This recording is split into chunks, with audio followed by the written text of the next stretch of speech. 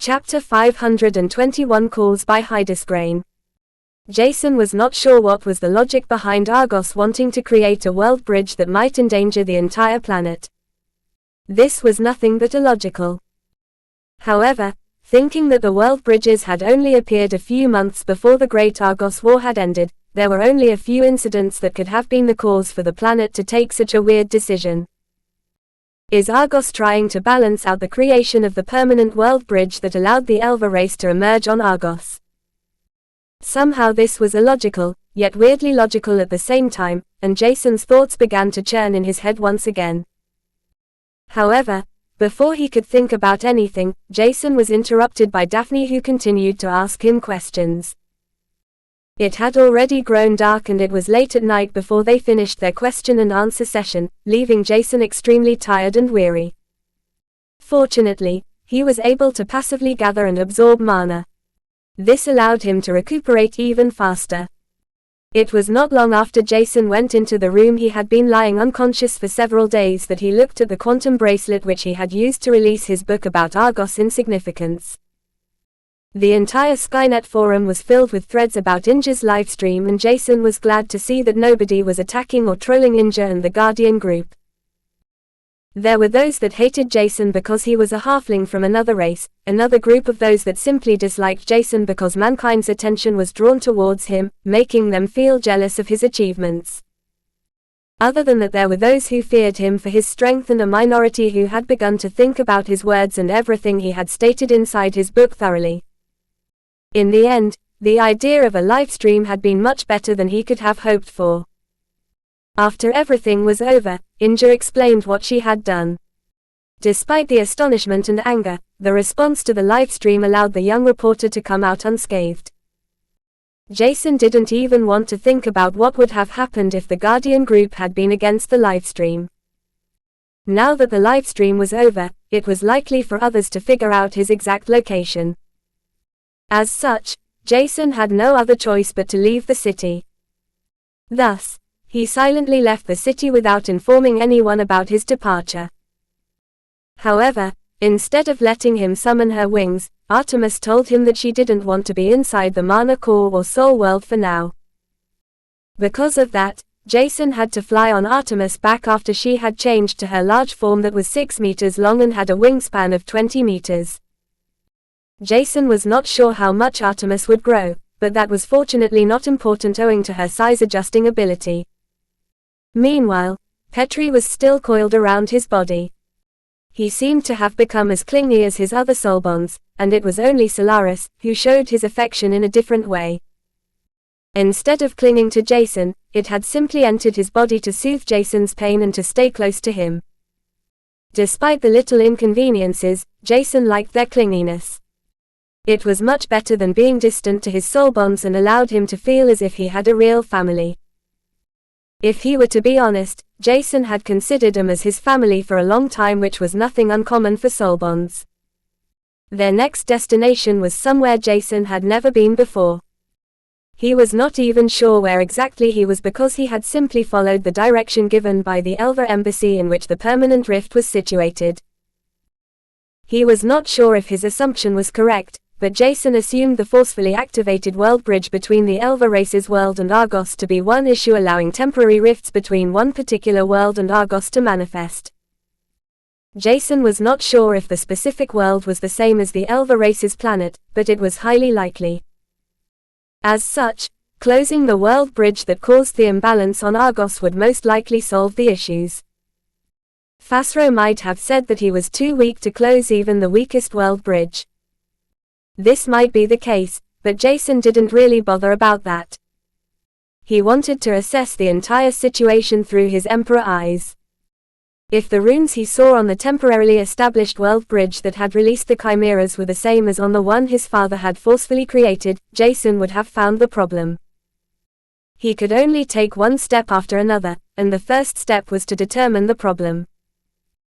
The second logical step would be to figure out a solution for the problem, while the third was the experimental phase if one was unable to find a certain answer.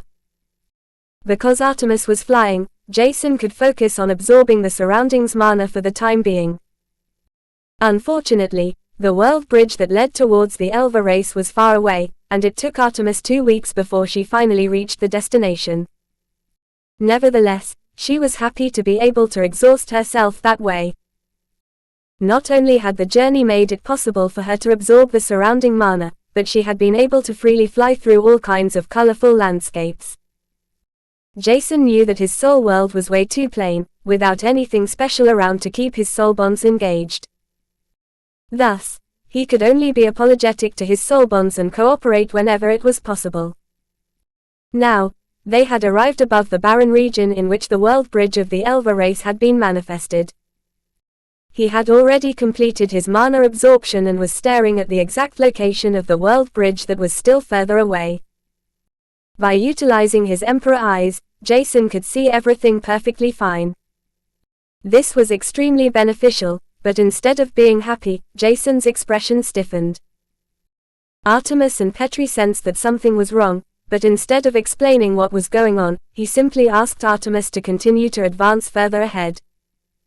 Jason's soul bonds felt uncomfortable due to the internal turmoil going through Jason's mind that they were able to perceive.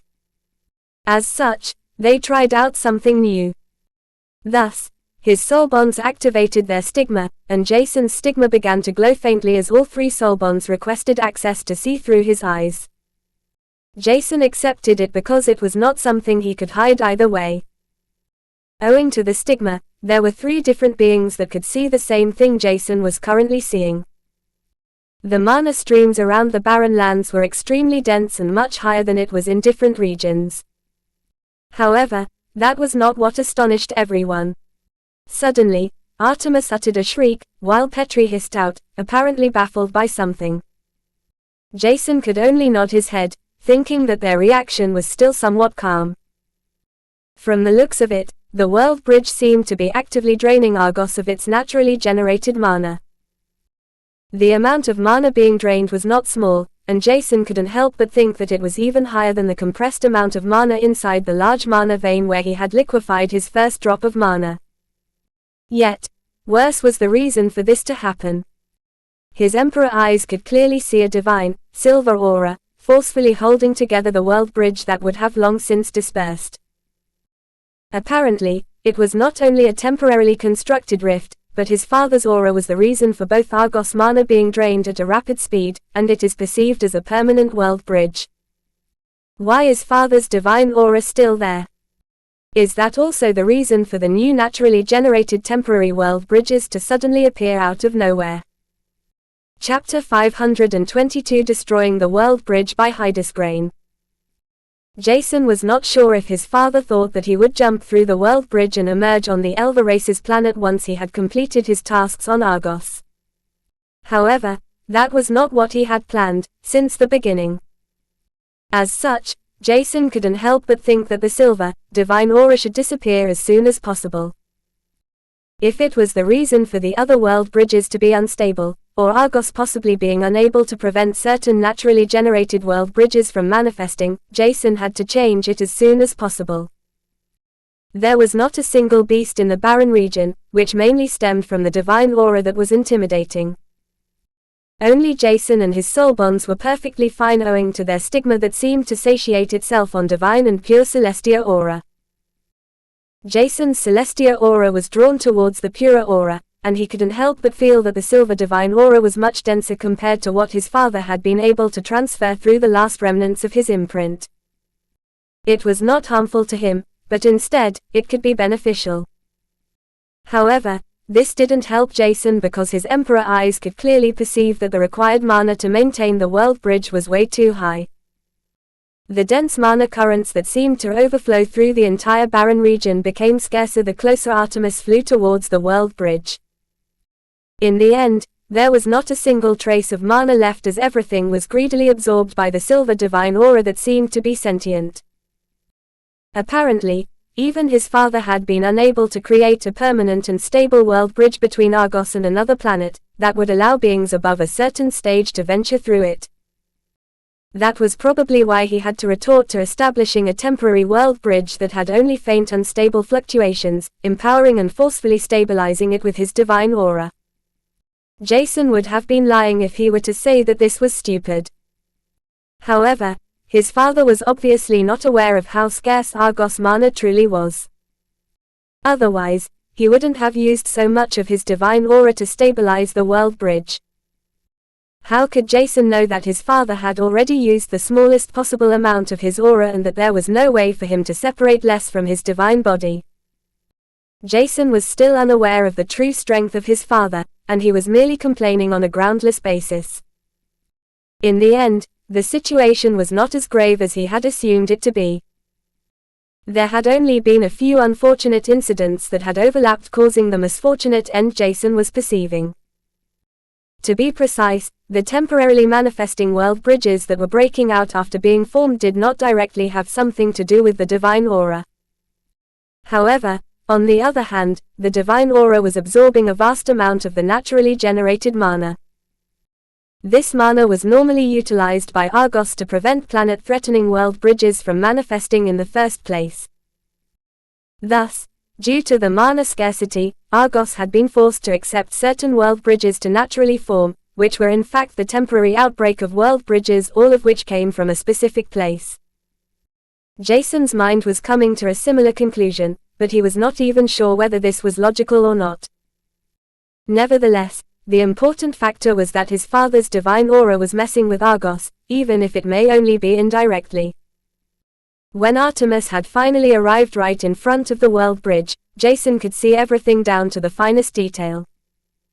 His emperor eyes were much stronger than he had expected, and every little stroke made inside the tiny runes that were in the millions was perceived by him. Scratching the back of his head, Jason tried to imprint every rune into his mind, while giving his best to comprehend the use of every single one in front of him. Most world bridges had certain runes that were similar, as they had to connect a path from one planet to another. This included the coordinates of Argos too.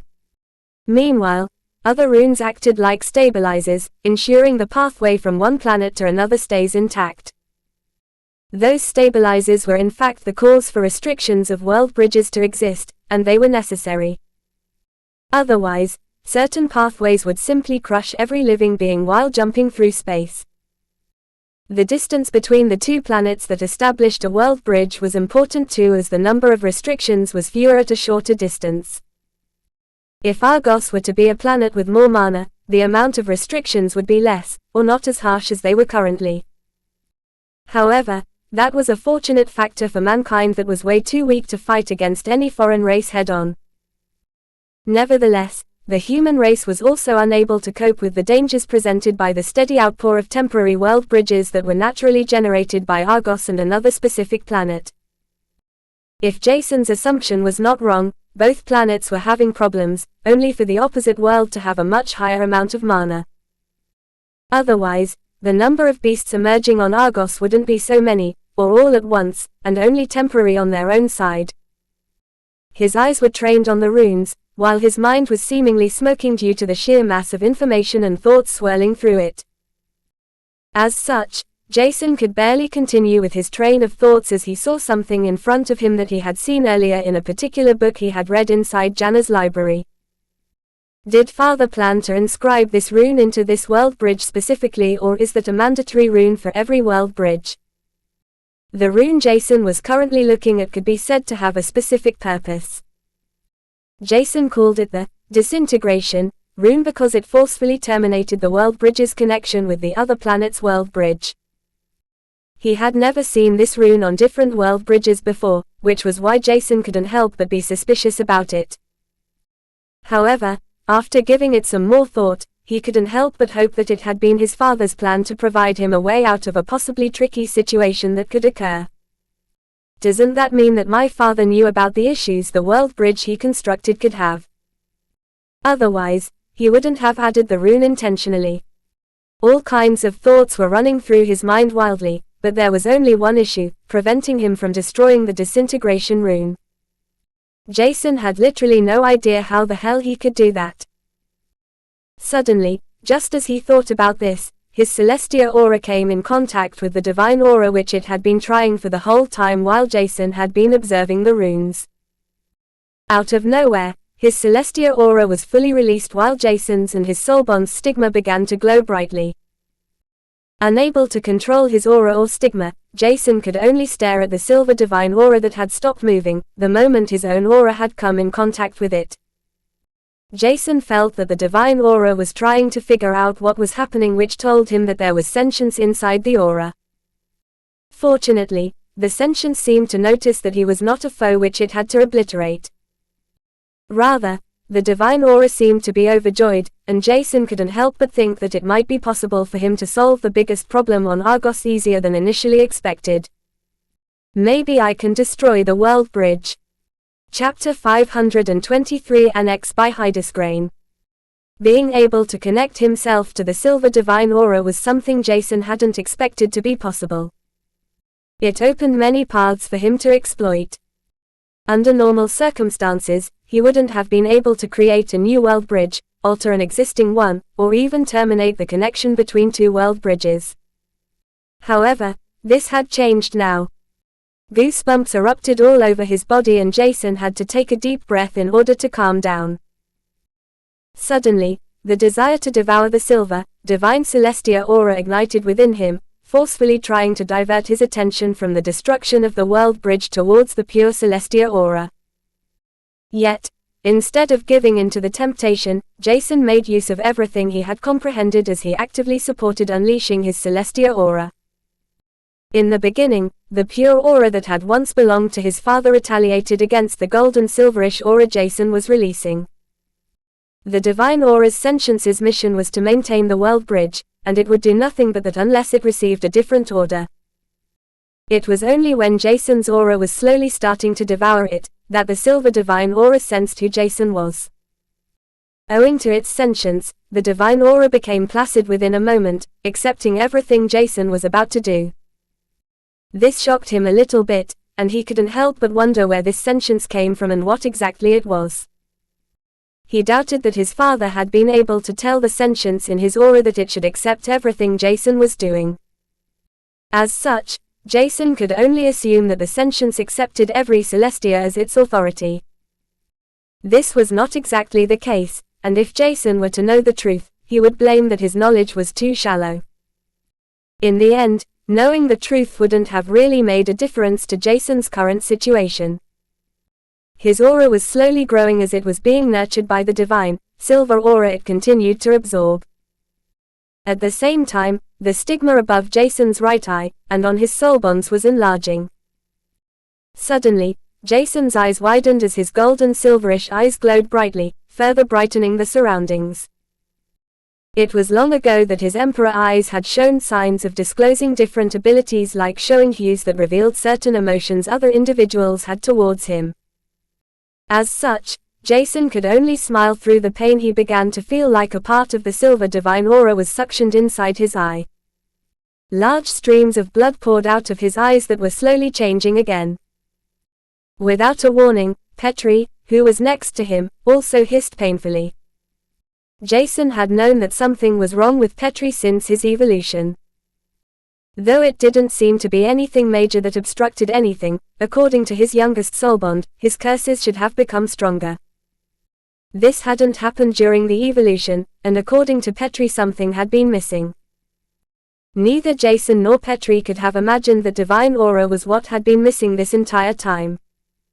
Suddenly, Petri enlarged himself while slowly releasing Jason from his grasp. At the same time, Artemis descended to the ground, allowing Jason to sit down as he folded his legs.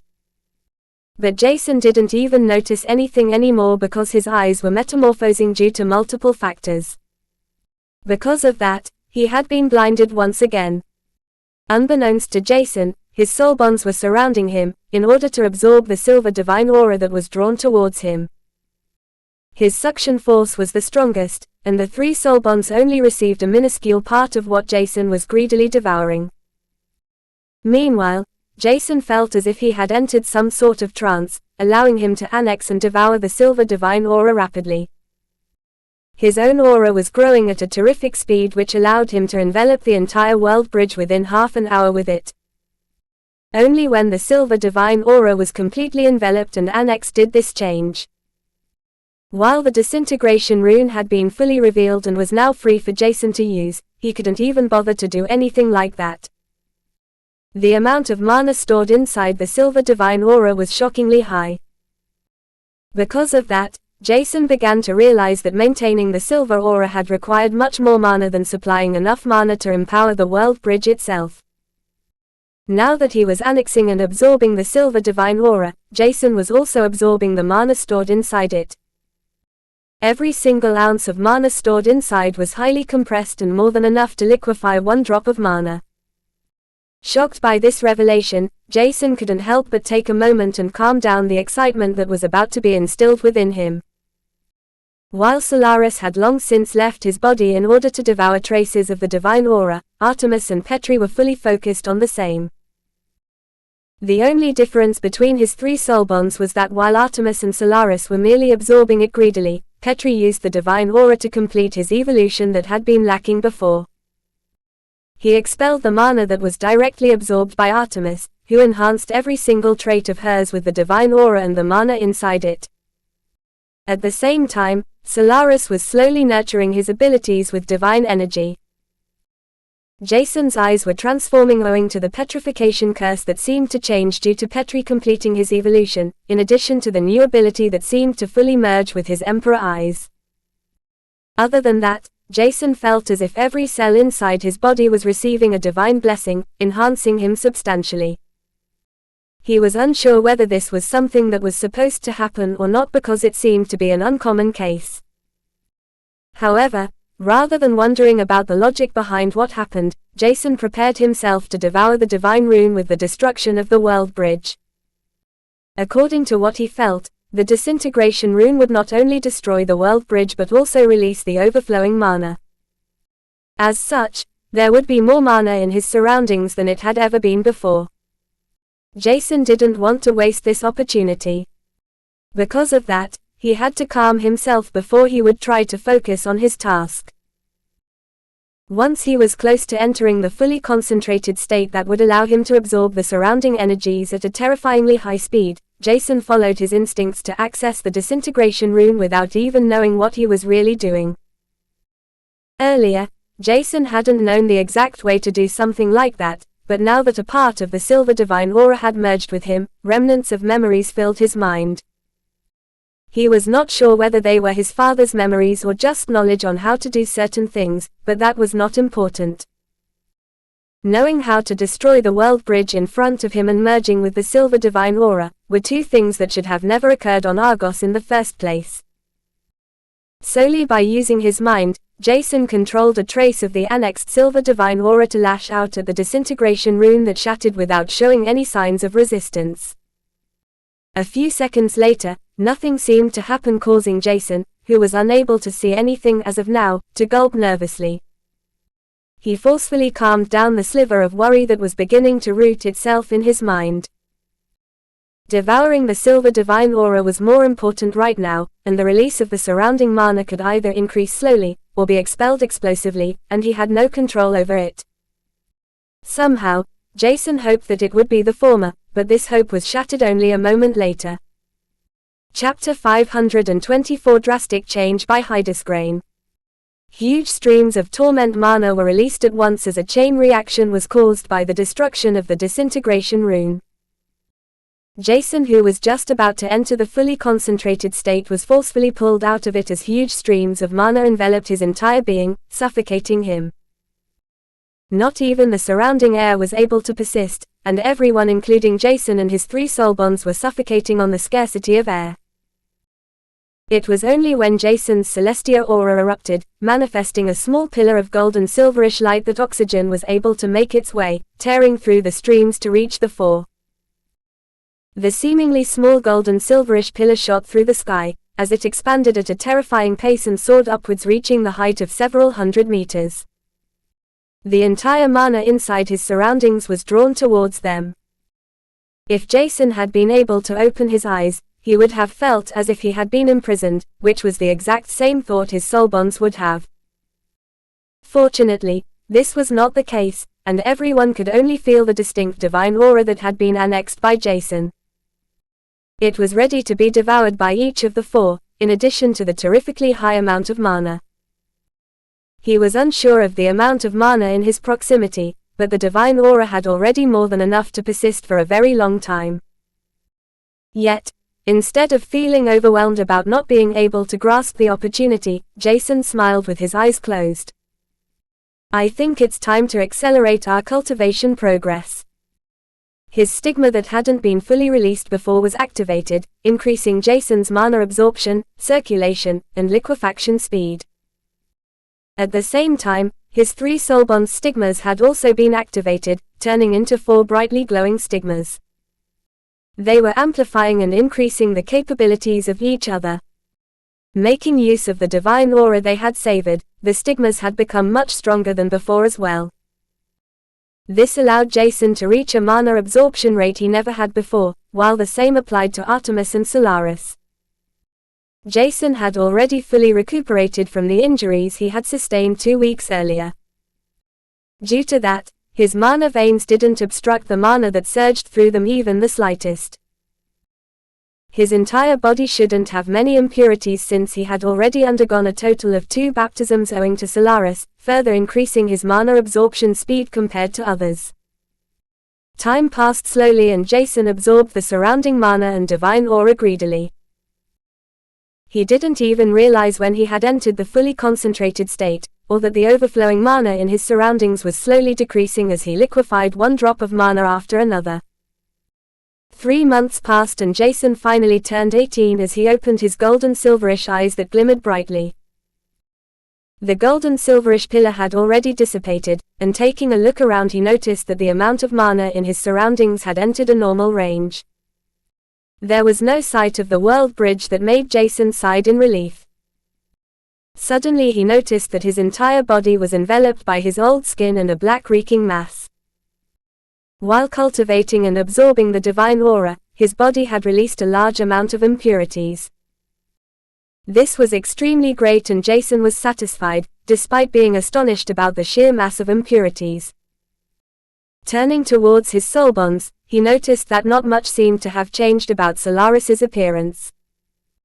It was still the same origin flame as before, and only its abilities had changed. Because of that, the Solaris strength had increased once again.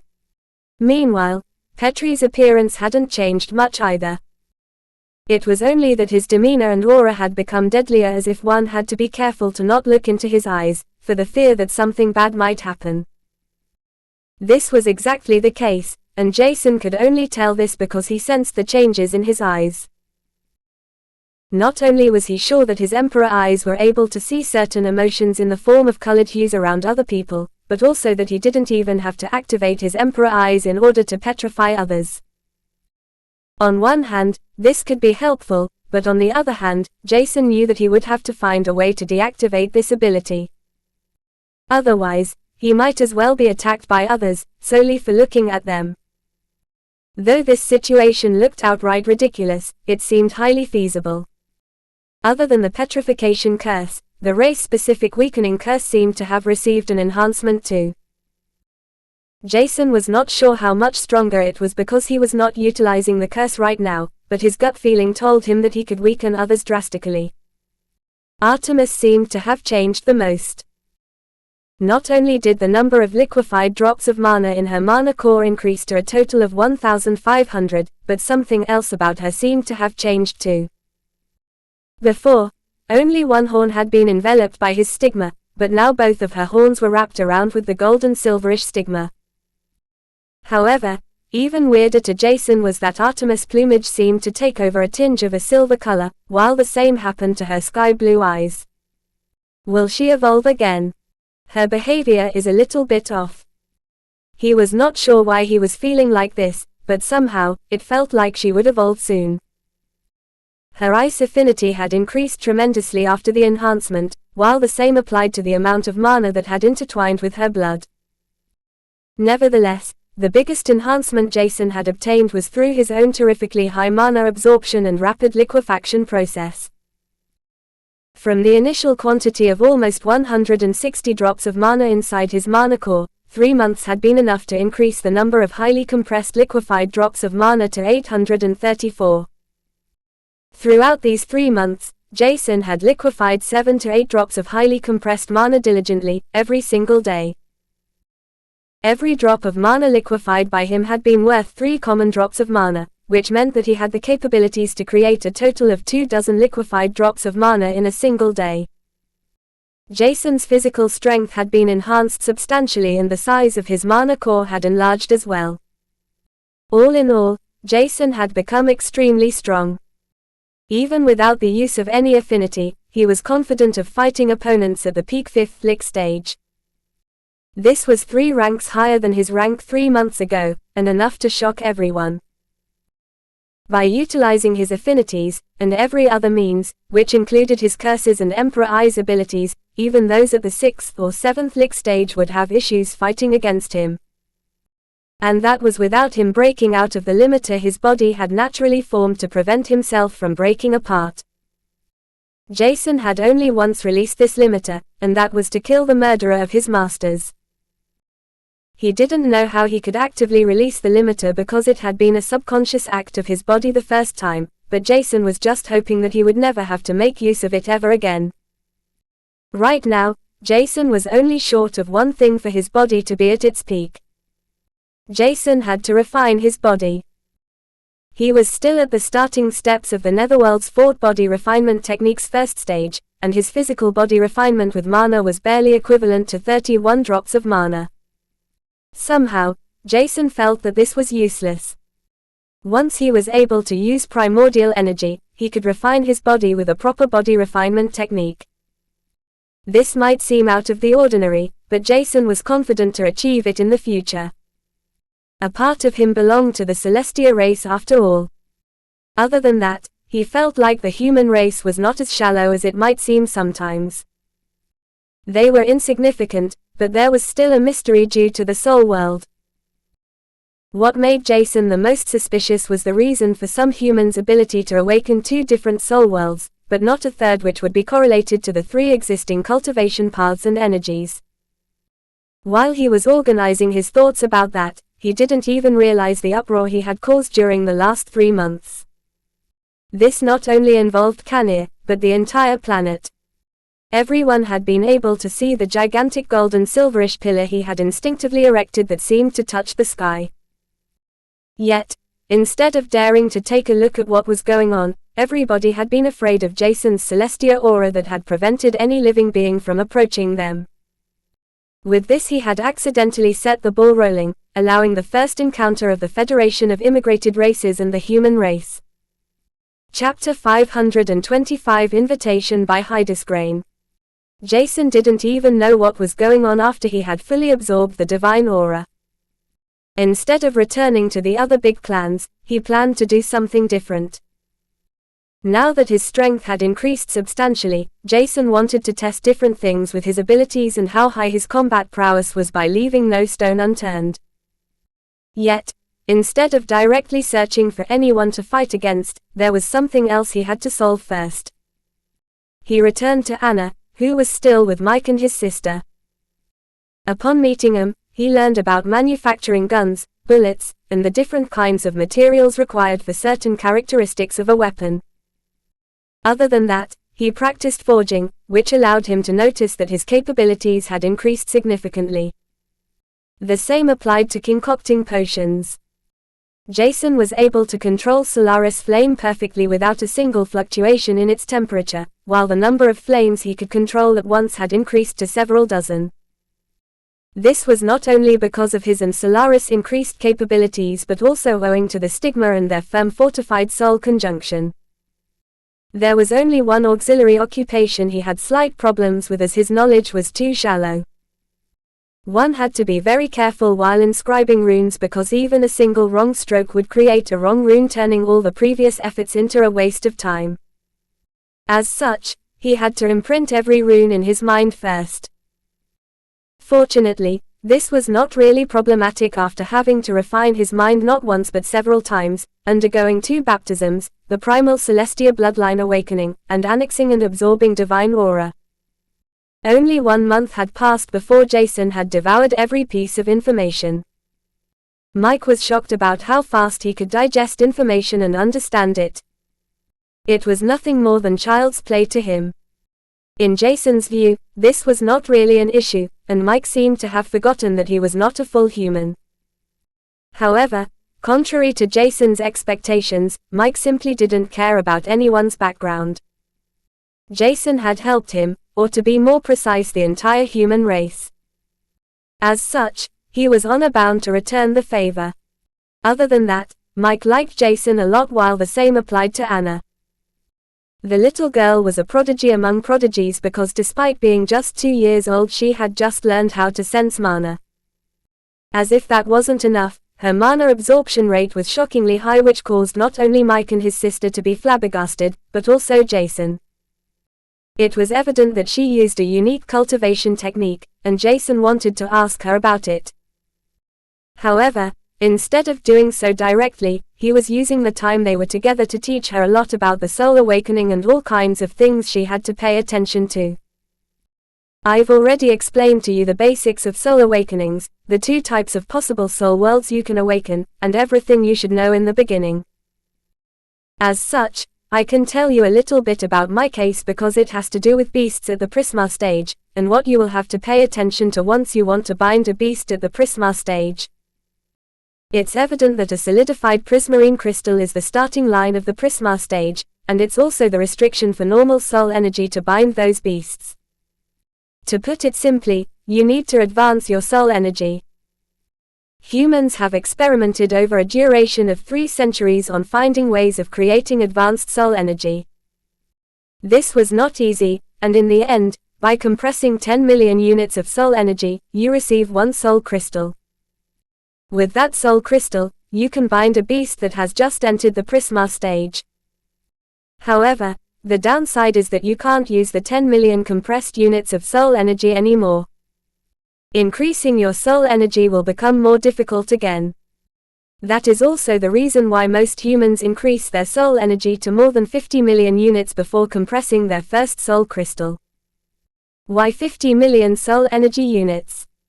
Because that is considered a threshold at which the soul energy increment slows down drastically. Other than that, it is important for you to pay attention to. Jason's lecture was extremely long, and Anna realized that the human race was not as simple as she had assumed. At the same time, Jason bombarded her with questions of specific things he had to pay attention to when entering a different planet with more mana. According to her, the biggest issue would be the difference in density, purity, and the amount of mana and other energies, in addition to the gravitational force. The latter was only a problem for cultivators that had yet to reach the ascension stage, but Anna was fully aware of Jason's future plan. He had shared them with her after all. Suddenly, seemingly out of nowhere, Anna asked Jason something he had never expected to hear. "By the way, can you adopt me?" Jason squinted his eyes, wondering why Anna was asking him, and not Mike or his sister. However, before he could even answer, or ponder about her words, Anna, with her young and childish voice, had already started to explain what exactly she wanted. "I heard that the big clans have rebuilt almost everything that had been destroyed through the Great Argos War. The orphanages are said to open soon, and both Mike and his sister are trying to find a way to adopt me without creating trouble. I can't conceal my mana yet, and it will be weird if a 2-year-old child can suddenly absorb mana, right? Because of that, I need you to adopt me, as nobody will ask any questions. Right now, you're seen as the most talented being on Argos. Furthermore, your image has changed once again, for the better of course. The big clans have even retracted their kill missions, well, at least it looks like that on the outside. As such, I need your name to gain bonus points and avoid attracting unnecessary attention. Apart from the adoption matter, it seems that an invitation to all human prodigies from the Federation of Immigrated Races was sent out. Apparently, they've become interested in the human race after the small show you created. This is not correlated to adoption, but you could offer the big clans to represent the human race. I guess the Federation wants to figure out the human race's strength in lieu of the phenomena that was created by you." Jason hadn't really paid much attention to Kanir and the archipelago since he had to take care of his own matters during the last few months. He only knew that Mike had already handed out the last pages of the foreign races manuals Jason had translated. In the end, this was earlier than expected, but Mike's gut feeling to hand out the entire translated technique had been perfect. They were released right before the invitation of the Immigrated Races Federation's invitation. The federation was called Olanadra MPA Ustran Federation, the name of which was an acronym created by using certain letters of the federation's races. However, instead of using the rather difficult pronounced name, everyone called it the Olympus Federation. Though he had expected to attract some attention to Kanir by absorbing the divine energy, Jason hadn't really given it much thought. To think that he had caused a chain reaction to such a great extent. He could only shake his head when he reflected back on it. As for adopting Anna, Jason didn't even know what to think of her proposal. Was he supposed to do something, or would she be fine with just his name? Nevertheless, the little girl's words made sense, and Jason had known from the beginning that he would have to be responsible for her since the day he had saved the little baby's life. Because of that, he could only nod his head as he answered. I can adopt you, but I have no idea what I'm supposed to do. Talking to the government will probably be the easiest. Let's hope they won't try to kill me. Jason knew that his reputation had considerably improved since the accident with the World Bridge that had revealed all kinds of chimeras during the Beast breakout. As such, it wouldn't be much of an issue to walk into any governmental building to inquire about the process to adopt Anna. At the same time, he had to figure out more about the invitation of the Olympus Federation. There were certain things Jason found suspicious about the invitation, but at the same time, it was a great opportunity to finish what he had promised to his masters. Chapter 526 Adoption by Hydesgrain. 3 days had passed since Anna had given him lots of information about Argos' latest news in addition to her adoption request. Jason had never expected to become a father at the tender age of 18, but there was not even the slightest issue in the entire adoption process. Without any hesitation, Jason had visited the government office inside Ilan City they were currently in. Instead of being rejected, or even threatened by the government, he was asked multiple questions that had literally nothing to do with the adoption. Everyone wanted to figure out more about him, and it was as if he had turned into a celebrity. Their fear seemed to have been replaced by curiosity, which was something Jason had never expected. Somehow, humans seemed to be extremely naive and easily manipulative right now. At least that was how he, and even Anna, witnessed everything. Anna knew that Jason's reputation had improved a lot, but the fact that it had changed so drastically was still surprising. Nevertheless, it was an advantage for her because almost nobody bothered about her, let alone scan through her body to determine whether she had started to absorb mana or not. She was sincerely thankful for everything Jason did to help her. He didn't have to do any of that after all. As such, she was trying to think of a proper way to return the favor. Both had their own plans to become stronger, and Jason's plan was slightly interrupting her own. This was solely because only a part of her memories had merged with the body Anna owned. In the end, the memories she had retained from her past life were too much for an ordinary child to handle. Because of that, Anna would require nothing but time to grow and unseal the memories within her. The best way would be to enter a planet with dense and pure mana, allowing her to break through multiple ranks at a rapid pace. Unfortunately, that was easier said than done because most world bridges to planets with a higher mana density and purity were guarded by other races. Without enough mana and the necessary resources, she was not able to create her own world bridge either. As such, Anna had to stay calm and patient for now. It was annoying, but waiting for the right time was the only option she had. Due to that, she had accepted the fact that her family name wouldn't remain blank as she had initially wanted to, and that the blank row against her last name had been replaced with Stella. There were only bad memories about her former family, but Jason seemed to be different. He was straightforward, blunt, and thus honest. Thanks to that, she did not feel the need to lie about her own ideas and emotions, as it was extremely hard to do so with the mind of a 2-year-old child that had merged with hers. In the end, it was obvious that Jason would be leaving before her. He was only staying due to his master's wish, to begin with. Maybe I should help him fulfill his master's wish after he leaves. This was one of the thoughts she had of finding a way of repaying Jason, but it was not really important for now. She assumed that Jason would only stay around for 1 year at the maximum. After that, her own combat prowess wouldn't be strong enough to make much of a difference, let alone fulfill his master's wish. Only time could tell what would happen to her and mankind. If Anna were to know that her dream of becoming unparalleled within the universe, and to leave Argos as soon as possible were to be shattered by nothing but a normal human youth, she would be flabbergasted and aggressively deny the possibility. However, how could she know just how strong love was without having felt it in her past? Was love strong enough to make people give up on everything they had dreamed about, to accept colonizing a planet that had yet to awaken any cultivation energy instead of returning to the world of cultivation, to live the life of an immortal she had been? Meanwhile, Jason was procuring as much information about the invitation of the Olympus Federation, but the news seemed to be restricted. Only the big clans, ancient sects, and other powerhouse families seemed to know more about it.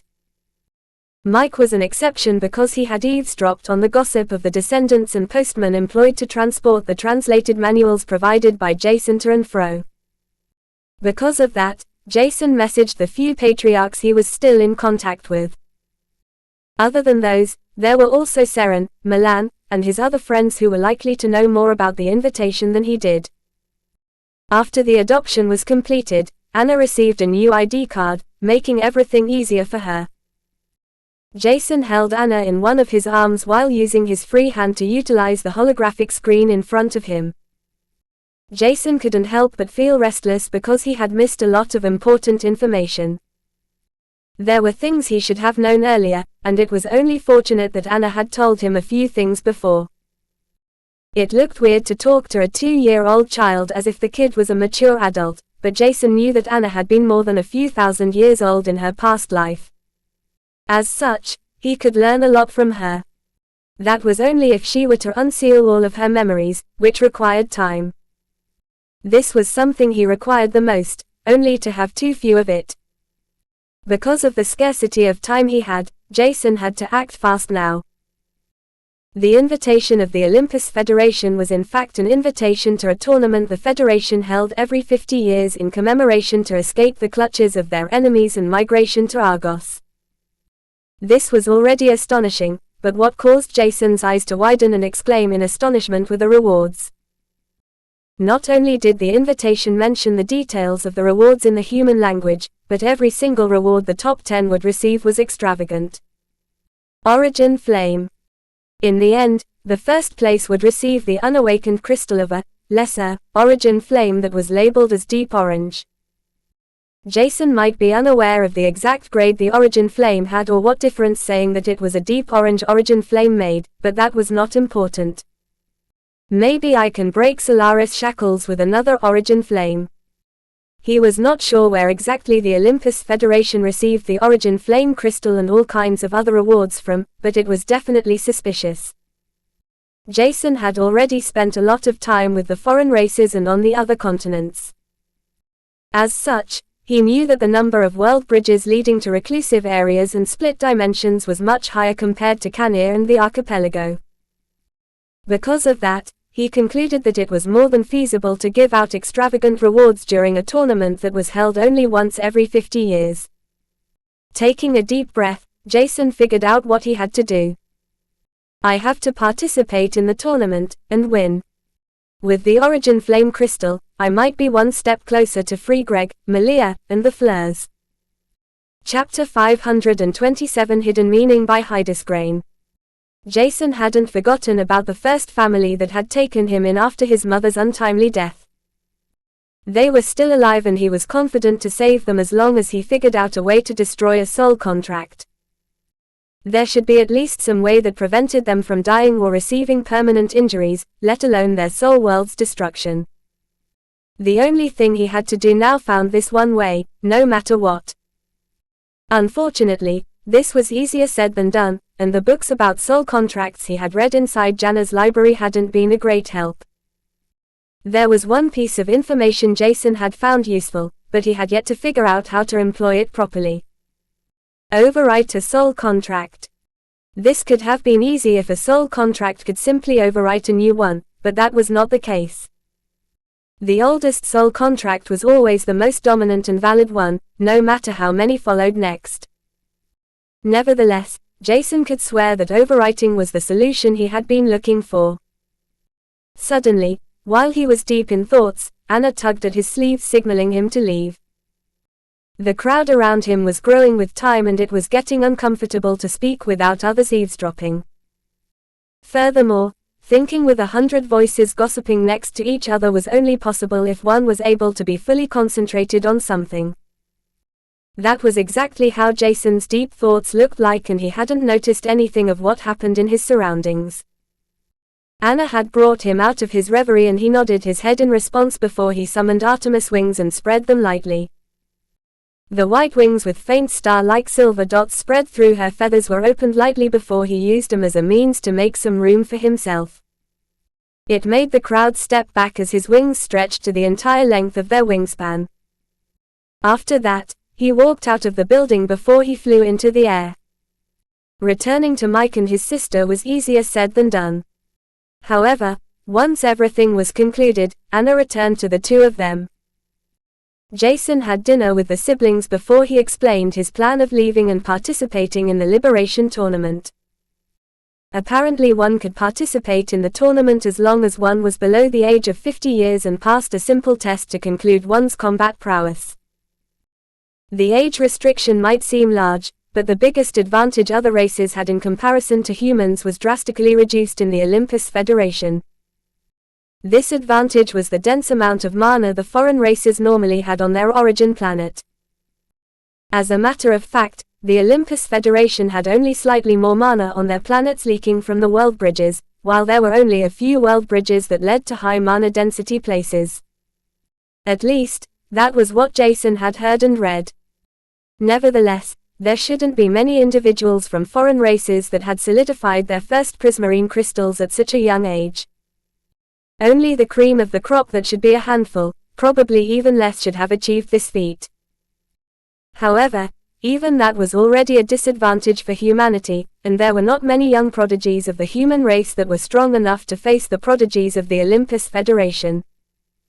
In the Liberation Tournament, only the elite of the elite would participate, and the invitation given by the Olympus Federation was a clear statement for several reasons. If they accepted the invitation but lost miserably, the Olympus Federation knew that mankind was not a threat and even a possible target to conquer, which would help them gain more lands for themselves. On the other hand, there were two more main paths the human race could choose. One was to stay mysterious and reject the invitation, making it impossible for the foreign races to determine mankind's exact strength. Meanwhile, the last path in Jason's opinion was to reveal their race's cream of the crop. Jason knew that there were quite a few hidden gems nobody knew about. They were the real talents of humanity because of their 5-star soul awakenings. Even though he assumed that their soul world was worse than his, while the same applied to their mana mastery, they were older and likely to have more soul bonds than he had. If Jason were to make an assumption, there would be a handful of humans that could be considered to be the prodigies among prodigies with a combat prowess close to, if not at the Prisma stage, and the two at the age of 50. There was the possibility that all his assumptions were wrong, but that didn't really matter. The rewards of the Liberation Tournament were tempting, and the Olympus Federation's challenge had to be accepted. In the end, the tournament was an opportunity for the human race to gain a foothold in the other continents. As long as they won, or their prodigies exhibited superior combat prowess, it might be possible for humanity to gain the rights to enter certain world bridges. This would be extremely good, and Jason knew that the government would accept the invitation. That was not even questionable because it was obvious how greedy mankind was, while the opportunity was extremely great to usher the human race to a state they had never been before. In Jason's opinion, the government would start forming a business relationship with the Olympus Federation, once they realized just how much more resources they had. But that was only because waging war was not a possibility they could choose. If that was possible, Jason doubted that the big clans and ancient sects would hesitate for a single moment to start a war for more resources instead of trading them peacefully. Maybe that was only a few big clans, but from the way he had been introduced to them, this end scenario was not even unlikely. Fortunately, some big clans had learned from their mistakes. The best example was the Jewel clan. Before it had used a slave market to trade criminals and weaker citizens, nobody would suspect to have gone missing with a foreign race to receive more resources. At the same time, they had given their utmost efforts to concoct a cultivation drug. However, now that the Great Argos War had ended, they had changed drastically. Everyone was now allowed to enter the mythic garden that had been hidden before, and the Jewel clan was working with most of the other clans in order to bring the human race glory. To put it simply, Jason had already fulfilled his master's last wish. The weak were protected, and the issue on Canir and the archipelago seemed to be solved. From his perspective, the citizens that had survived were now safe and only a few were complaining or having problems living a comfortable life. The terrifying Great Argos War had inflicted a big scar on everyone's mind, but Jason believed that time was the best medicine and that every wound would heal slowly. Now, he had only 2 tasks left. The first was to figure out a way to protect Argos and mankind long-term without the need to be present all the time, and to rescue every single member of the Fleurs. Jason knew that the government needed someone strong to represent them in the Liberation Tournament. Other than the strongest prodigies mankind possessed, there was only Jason, and he was the only one who was likely to fight for the entire race, instead of himself as would be the case for the strongest prodigies. They were nurtured to be the strongest, to reign above everyone else, and told that they were superior. In stark contrast, only Jason was humble enough to protect the weak, even if that meant he had to set his life on the line. As such, Jason was not even required to search for the government, because the government was already looking for him to make a request. After having participated in the last battle of the Great Argos War, the majority of big clans had witnessed his strength, and it was evident how useful it could be to use him properly. Unfortunately, Jason was fully aware of this. Chapter 528 God's Children by Hydesgrain. The government was fully aware of why the Olympus Federation was suddenly inviting them to participate in the Liberation Tournament. This was a great opportunity, but also a great burden that caused every big clan and the ancient sects to gather to brainstorm about utilizing the opportunity to its fullest. In comparison to the Great Argos War, this seemed to be equally important, if not even more. Those who had fought against each other in the war were now sitting across a huge table, discussing the options they had. Unfortunately, their options were limited, and even less than a handful allowed them to come out of the situation without any disadvantages, let alone profits. Everyone was aware that the invitation was a challenge and at the same time a means for other races to get to know the human race. They also realized that the only thing that caused several dozen races to come to the mana-scarce planet like Argos was the Soul World. We need to participate, that's already given. There is no way around it. Our God's children should be strong enough to handle the situation well. It might not be perfect, but better than nothing. One middle-aged man said while trying to figure out the best solution for their issue. Suddenly out of nowhere, Heepa, who hadn't said much during the last few minutes, stood up from her chair. Let's invite Jason Stellar too. He is also a human and the reason for the Olympus Federation to invite us, to begin with. Since Shane and Dahlia's death, she seemed to have changed. Instead of living in seclusion, Heifer had started to come forward and speak more, and give her best to change mankind in its entirety. There was not much she could do, but her capabilities in forging were great, and her strength more than enough to become a part of the gathering. At that moment, Jael Drake, who was also present due to the necessity, lifted his head. His eyes were gleaming in interest. Did you just say Jason Stellar? You mean the young man with golden eyes, who has released the book titled Argos Insignificance, stating that he is a halfling? His voice was emotionless while he recalled the young 14-year-old child without any talent. Are those two Jasons the same, or am I mistaken? Had they been the same, Jael Drake would have been deceived. His mana aptitude had been too low and his soul awakening had barely met the average range. This was confusing, but instead of focusing too much on those aspects, the Drake family patriarch began to wonder whether Jason wanted to kill him or not. It was likely to be the case because he had heard that Shane and Dahlia had been Jason's masters. However, in the end, Jason was said to help mankind with all his might, which meant that killing the patriarch of a big clan was the least he had on his mind right now. To put it simply, the young man was not even strong enough to face Jael Drake with his current strength. If Jason were to hear the Drake family patriarch's words, he would probably try to twist the old man's neck. Nevertheless, he couldn't kill Jael, and Jason was fully aware of that. He was too weak and had to save the Fleurs before doing anything reckless. Let's invite him. Even if we might not need his help, it is always better to have one more hand to support us. To be honest, I doubt that he would want to miss participating in the Liberation Tournament. It might be as someone without an affiliation, but that wouldn't be required. Just by looking at the rewards, I can tell that it's tempting for Jason Stellar. He already has an origin flame and knows how valuable they're. It was Merlarths who had said this, and nobody raised their voice against him. There was the undeniable fact that having Jason on their own side was better than fighting against him in the tournament. As such, they sent someone to look for Jason, whose current location was not a secret anymore. Anyone who had taken a look at the Skynet forum threads during the last half an hour knew where to find him. Thanks to that, it was not difficult to locate and meet him.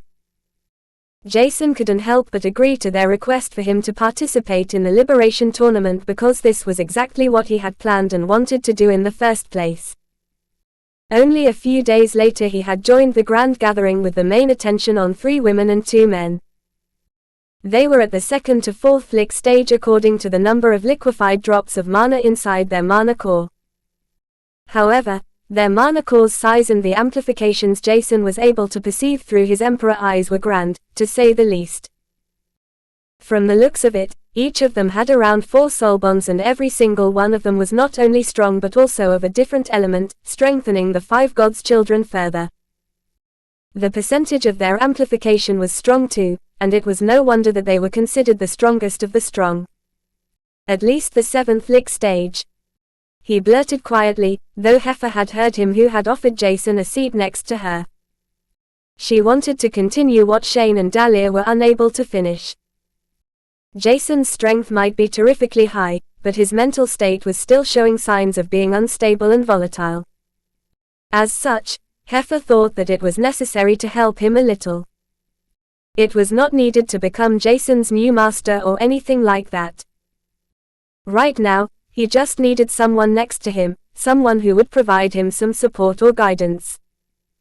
In the end, it was not difficult to understand that Jason didn't want to let other people become as important as his masters had become to him.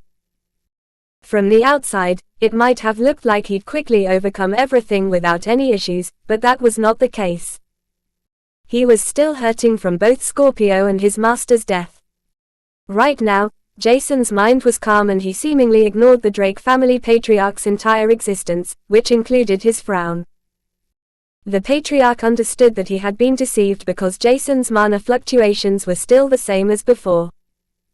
There was only a minuscule change, which was the terrifying Celestia aura and his stigma that were not suppressed.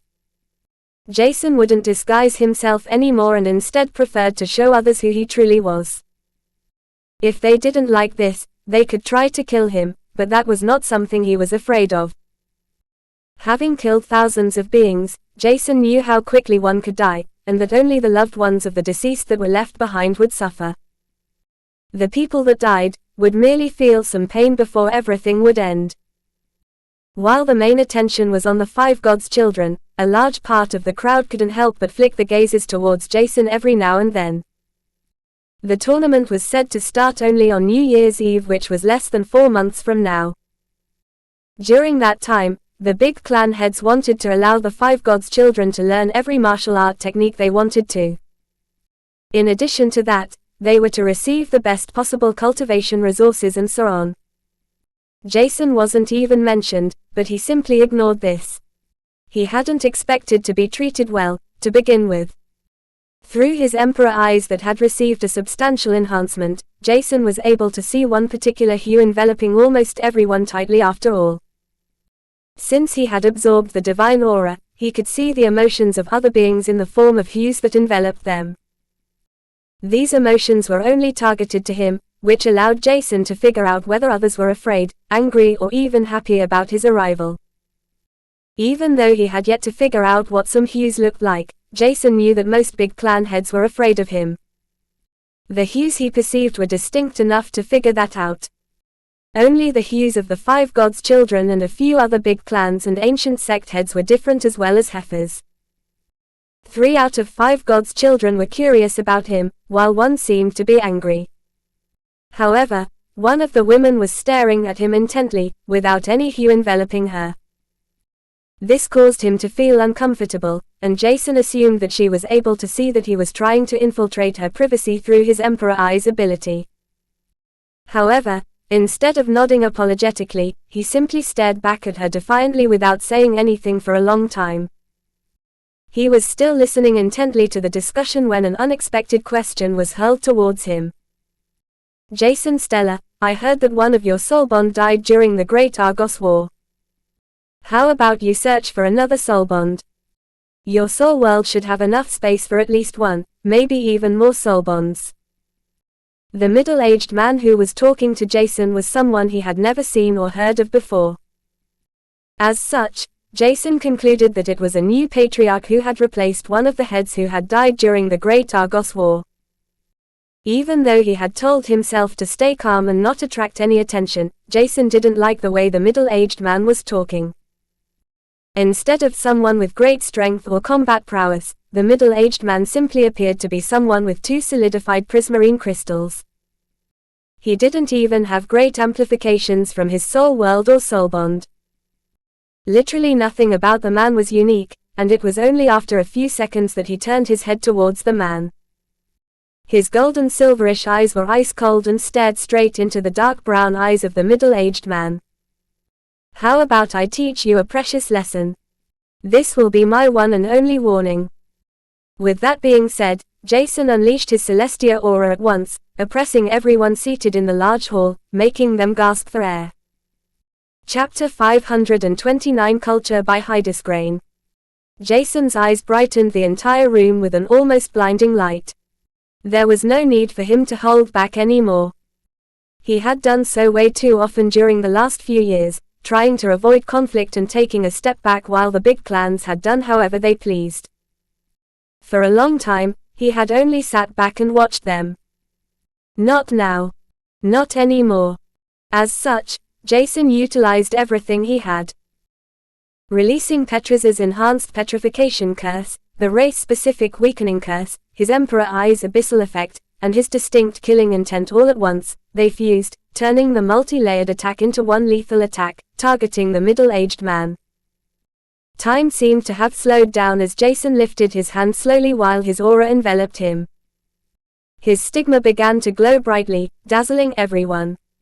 Only his cold voice echoed through the surroundings, bouncing off the walls that amplified it further. Sleep. He uttered just one word and nothing more, but that word held the anger and fury of 1,000 worlds. The moment Jason said this, he snapped his fingers as the entire light around him vanished in an instant, seemingly devoured by something grand, something the human race couldn't grasp. A second later, time returned to normal again, and nobody could help but take a deep breath as they turned their head from Jason to the middle-aged man. There was a tinge of fear in their heart that told them to not look at the patriarch, that they wouldn't like what they would see. However, contrary to their expectations, the middle-aged man was still seated on the chair as if nothing had happened. Only his eyes were void of any color. His eyelids drooped and his eyes closed slowly as the middle-aged man's head crashed into the large table in front of him. A loud bang echoed through the tightly packed room, and the tension intensified to a whole new level. It was as if everyone had been momentarily rendered speechless. Nobody said anything for several seconds. The only sounds in the room were gasps and sharp intake of breath. Jason swept his eyes across the room before he stated, "As previously mentioned, this is just a warning. I might still look like a pushover to all of you, but don't try to be funny with me or lecture me in any way. There is nothing I can learn from the big clans anymore."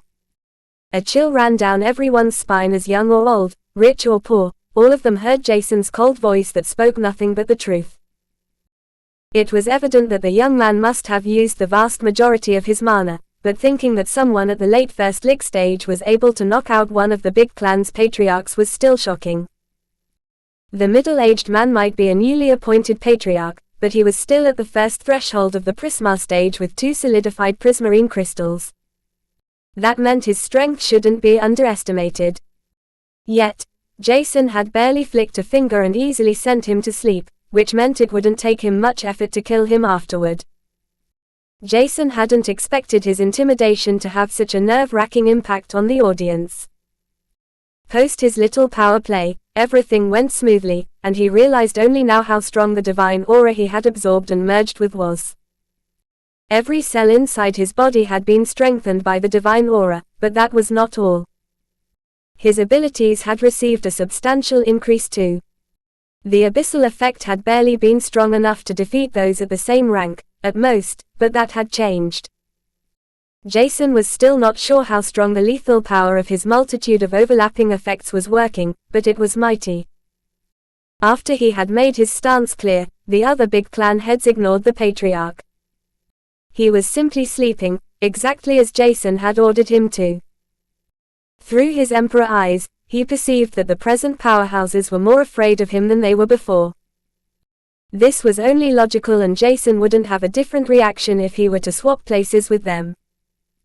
Because the entire gathering had been brought to a standstill, Jason knew that he had to do something. He cleared his throat before he addressed the large group. "To be honest, I have already visited the other continents during the last few months. Only the most knowledgeable individuals of the Olympus Federation know the human tongue, and most of them speak in the universal language. If nobody can speak the universal language fluently, I will have to translate everything, which will be annoying and cumbersome.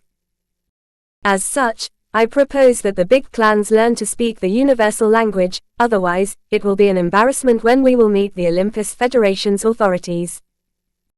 Other than that, does anyone know what races are included in the Federation, how strong they are, what kind of special features, strengths, or weaknesses they have? I doubt it, and if I were to speak bluntly, what is the use of learning multiple manuals of the foreign races, if they're more proficient in them? Just practice one and get to know your opponents. We don't need to become their enemies after all." Somehow, Jason's words eased the tension while doing the exact opposite only a few seconds later. Nobody was sure what his plan was, or if he was just lecturing the present powerhouses. Contrary to the outrage he had expected, everyone was silently mulling over Jason's words.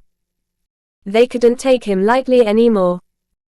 If the final battle of the Great Argos War had not been enough to show them that Jason was not ordinary, the gold and silverish pillar he had erected and the fact that his strength was enough to force someone at the Prisma stage to fall asleep was more than enough to make them take him seriously.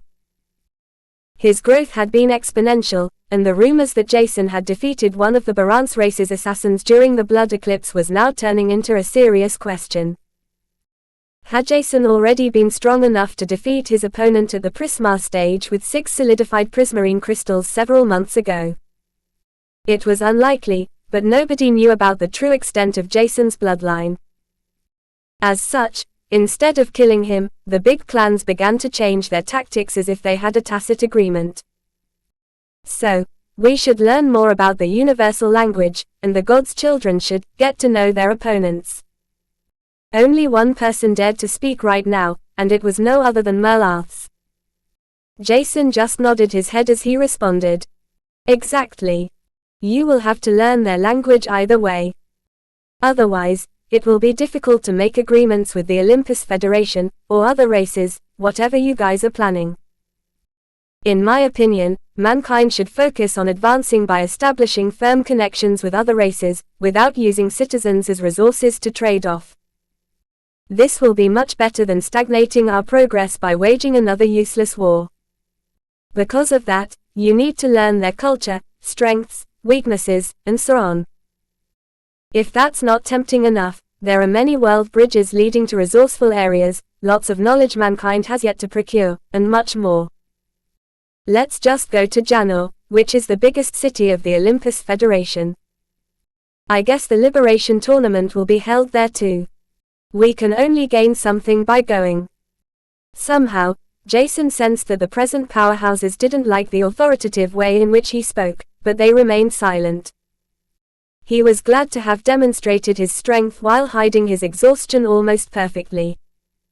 Only the woman from the God's Children was still staring at him. Fortunately, she wouldn't be able to see anything about him, but he couldn't help but be suspicious about her. There was something that made him worry, but at the same time, his gut feeling told him that he was overreacting. His gut feeling had been wrong so far. Suddenly, the woman with whom he had had a short staring match spoke. I like the idea. Let's go to Janor, and get to know the culture of the Olympus Federation. Chapter 530 Embassy by Hydesgrain. Once the first God's Child accepted Jason's proposal, the others followed suit. Their opinion about Jason had changed in the last few minutes. Earlier, they had been under the impression that their parents and the other powerhouses had been exaggerating Jason's strength, but that was evidently not the case. Rather, it seemed that they had grossly underestimated his strength. Anger was the last emotion they felt right now. Instead, it was curiosity, and distinct fear of encountering Jason as an opponent. Despite the fear he instilled, everyone thought about his proposal thoroughly, and it was definitely a good strategy to learn more about their opponents before encountering them. Furthermore, it was evident how shallow everyone's knowledge about the universal language was.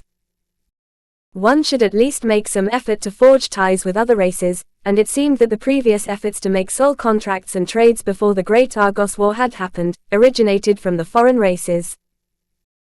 If Jason were to know that this was also the reason why most big clans had been able to terminate their soul contract with the foreign races so easily, he would have probably thrown a fit, wondering whether mankind was extremely clever, just lucky, or oblivious to the dangers they had escaped. Fortunately, he didn't know that, and seeing how eager the young woman who had stared at him was, Jason couldn't help but feel weird. Through his emperor eyes, he could tell that the young woman was likely to be the youngest because she had the lowest mana core rank. She was at the peak second lick stage who was just about to enter the third lick stage. However, what made her interesting was that she already had 4 soul bonds, and every single one of them was extremely strong. With 4 different affinities, it was easy to attack and defend herself with a wide variety of moves. Suddenly, the young woman stood up as she walked towards him.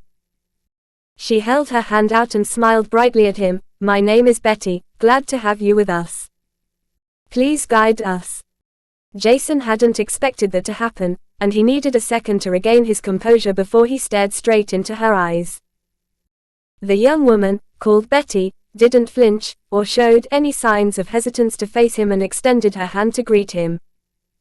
This was rare to see, even less after having shown what his eyes are capable of. Smiling lightly, he stood up, shaking her hand as he said, Jason Stella, nice meeting you. I'll give my best to help. With that, Jason loosened his hold, only to notice that Betty was not letting go of his hand. Only a few seconds later did Betty notice what she had been doing. Turning around, she returned to her seat under the pointed looks of everyone around them. At that moment, the remaining God's Children noticed Betty's embarrassment, which caused them to jump up from their seats and approach Jason. They introduced themselves to make it look like they had planned this from the beginning, to make up for Betty's weird behavior. Fortunately, the other God's Children knew about the odd behavior she revealed sometimes. Only Jason noticed that something had been wrong since the beginning, and it was as if Betty could stare inside his soul. It was said that one staring into someone's eyes led to their soul, but he had never believed it.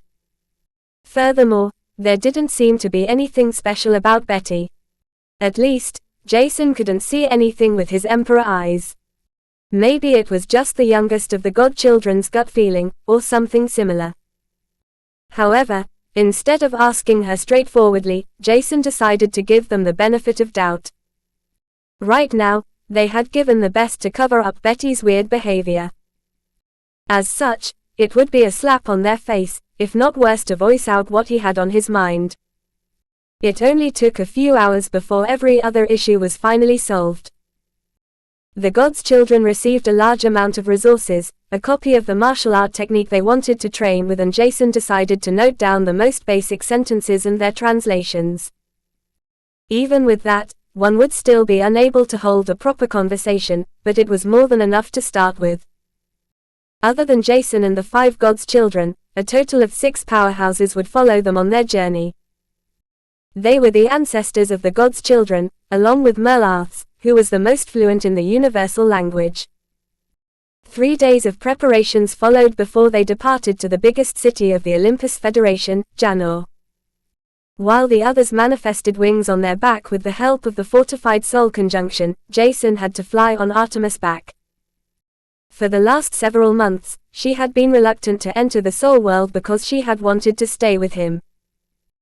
Jason found this a little bit weird, as it was a drastic change from her prior behavior. However, when she explained that her body felt as heavy as it had been before her first evolution, Jason could only nod.